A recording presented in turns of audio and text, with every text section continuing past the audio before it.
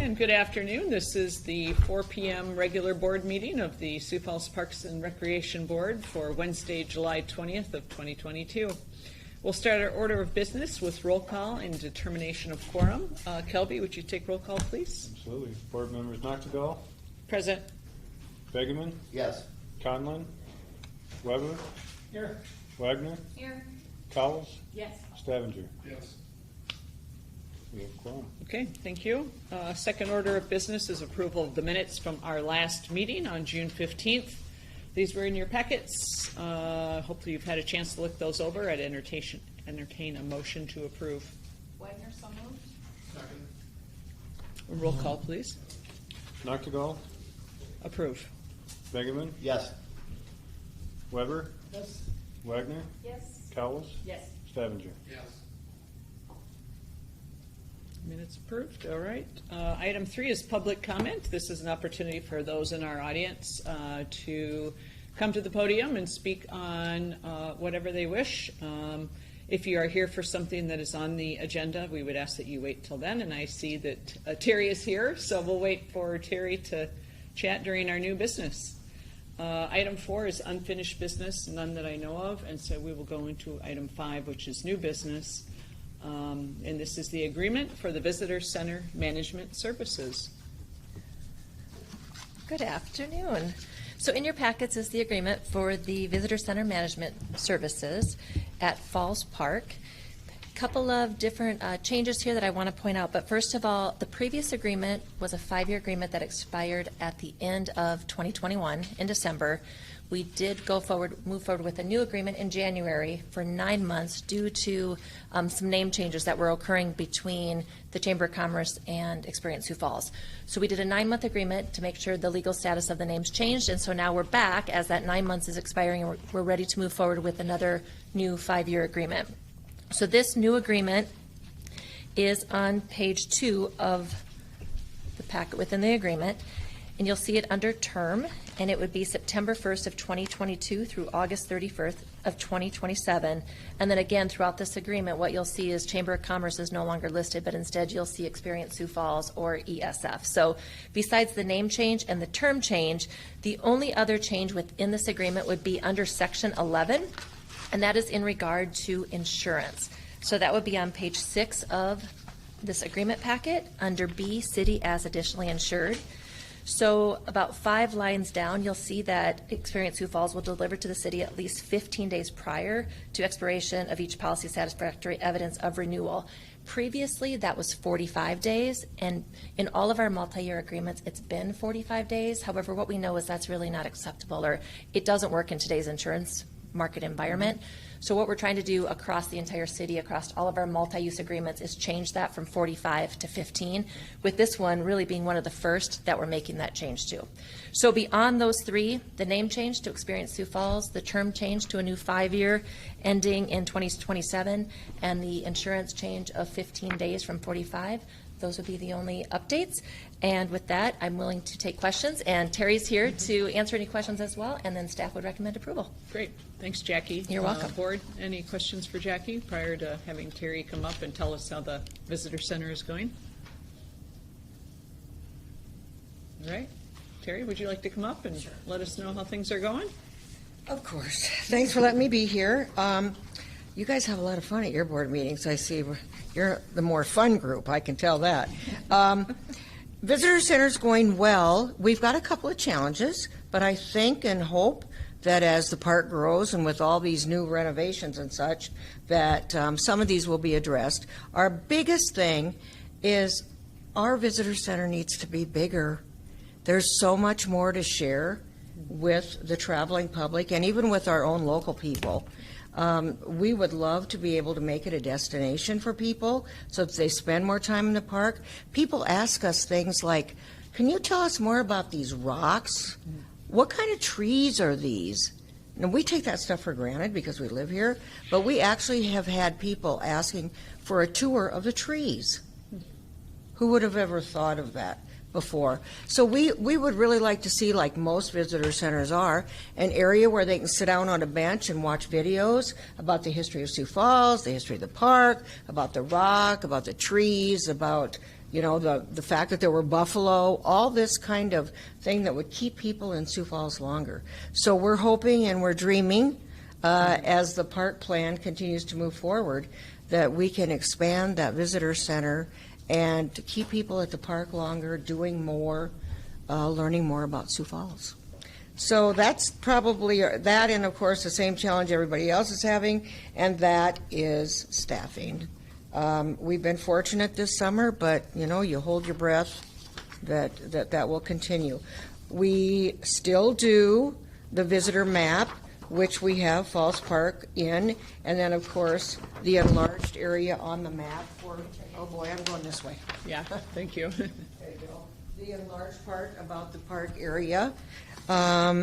We still do, we update this, really it's just about every year, and print anywhere from 50 to 100,000 of these, depending on what we see the numbers are going to be. So we update the Falls Park brochure, and we make sure that brochure goes out in every packet everywhere in the world, that it's, of course, at every destination within the city, all the other attractions, at every convention, et cetera, that we're allowed to be at.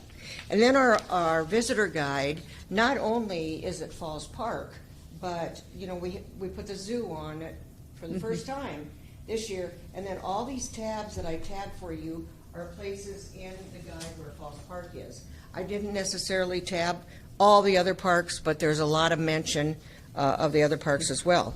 We continue to advertise nationally, and many of our ads involve Falls Park. This one is going into a national convention magazine that we're going to be part of a trade show at.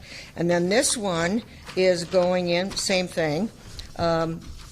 This one is going in ASAE, which is next month. It's the largest travel show, trade show in America, and we go to that every year. About 15,000 people will be there, and they will see this ad. So along with, of course, our whole backdrop is the falls. I will also tell you, this is my favorite one, and I'll get in a lot of trouble if I don't take this back with me. So I'm happy to back. We do a lot, this is meetings today. We're taking on Hawaii in this book because they're the cover. But we have editorial here about Falls Park, and then we have this. Because that is pretty much our thing that we like to really get excited about. And then this one is really fun. This was in 605 magazine, but it goes a long ways, and we also send it all over the country. And so that's a really different approach for us for Falls Park. But, The winter, you mean? Yeah. But it's a whole spread on Sioux Falls and booking business in Sioux Falls. I can tell you that our numbers are down a little bit, as are the numbers at most of the attractions in Sioux Falls right now.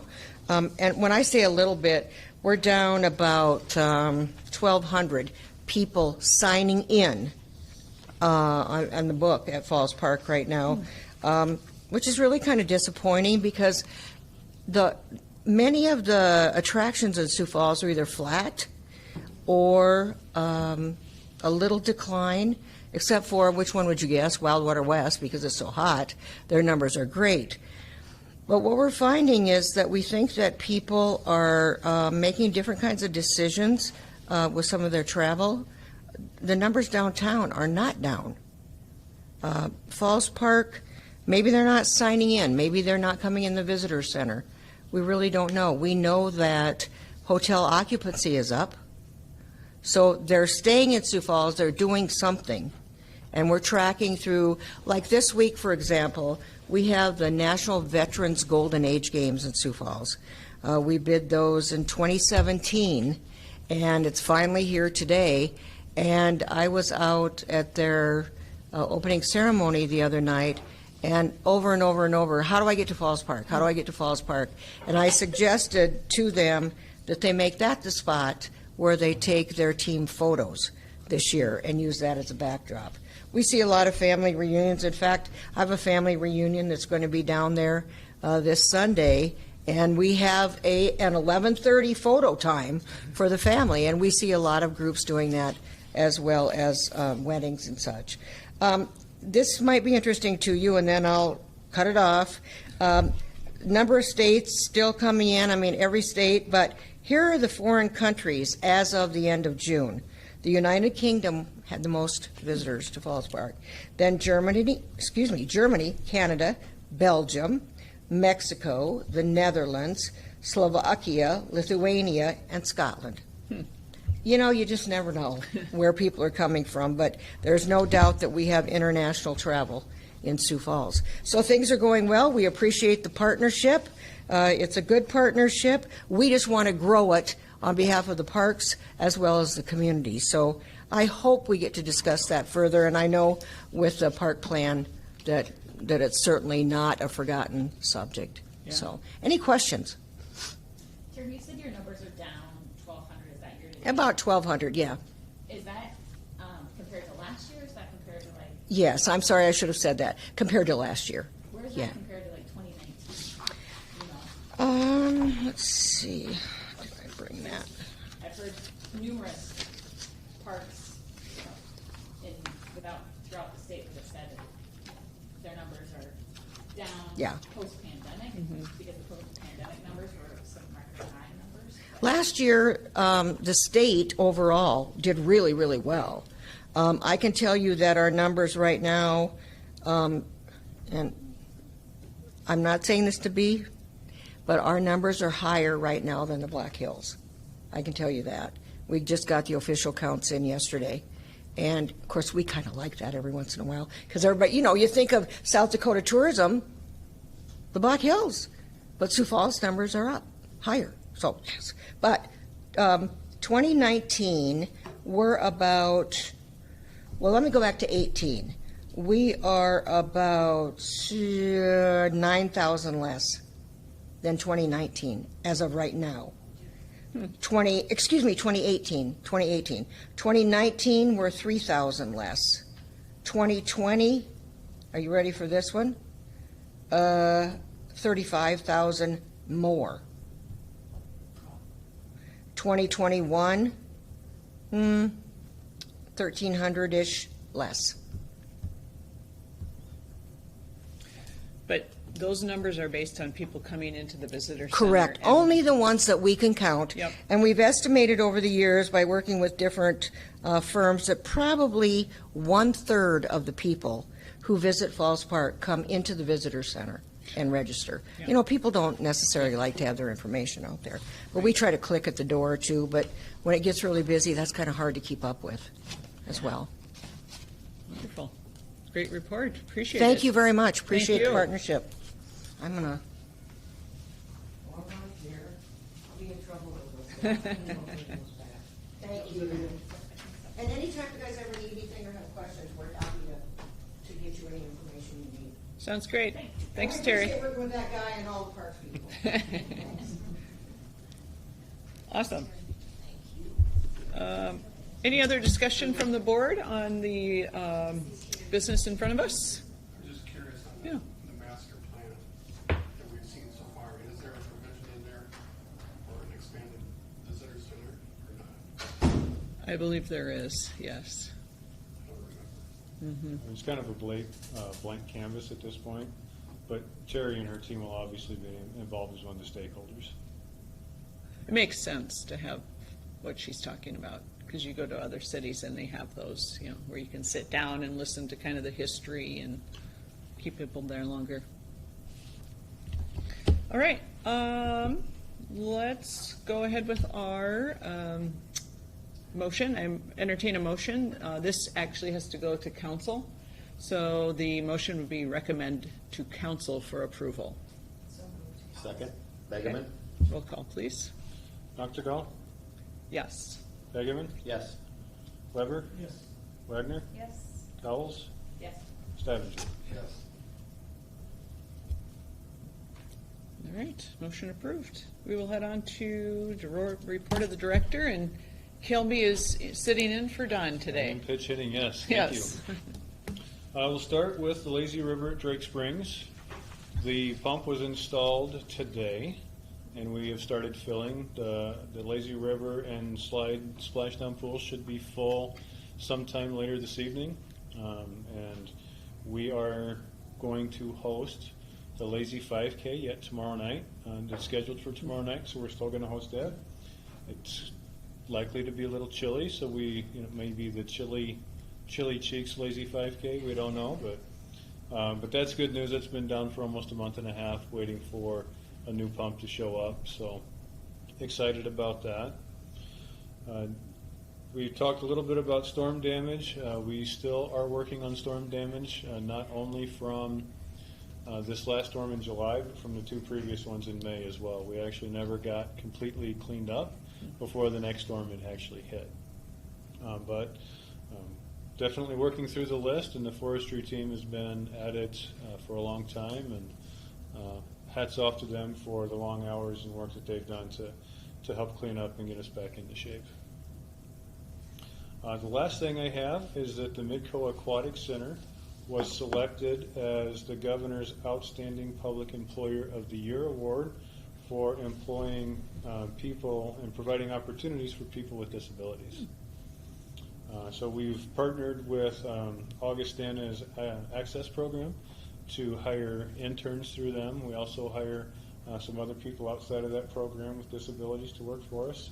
And so they've done that for a while, and we were nominated by the Business Resource Network and found out just last week that nomination was successful, and we're granted that award. So that's hats off to those people that work in providing those opportunities to those people in our community to help us do the work. Two of the individuals have other talents. One is a photographer, and we've actually used his photographs in marketing materials, giving him full credit, of course, for those.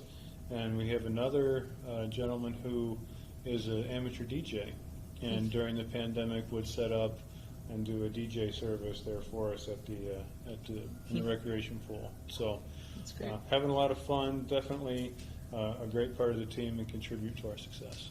That's great news. Wonderful. And with that, we'd be happy to answer any questions if you have any. I'm curious if any of the board members can comment on the open community input for the master plan. Anybody attended that session? I attended the first one. Did you?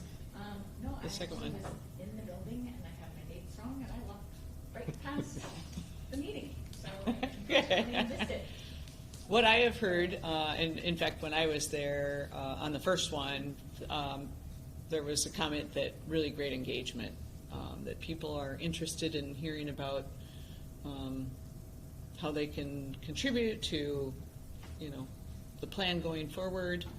I'm also on the Downtown Advisory Council, which has a lot of overlap, and so we've been really pleased. We've got a lot of citizen volunteers who are, actually working in the community, whether they're at like landscape architects or what, but they're involved in kind of, what's going on in downtown. I think there's just a ton of excitement about it right now. You can't help but see all the cranes and just so much activity, but really great engagement so far. Good. Yeah. Any other questions for Kelby? Okay, thanks, Kelby. What administrative changes are you going to be making in downtown? Yeah. Now's the time to do it. Yeah. Exactly. All right. Always expect that from Stavanger. Item 7, items added after the agenda deadline, none that I know of. Reading of communications to the board, none as well. Any open board discussion? All right, hearing none. Looking for a motion to adjourn. So move, Beckman. All right. Thanks, team.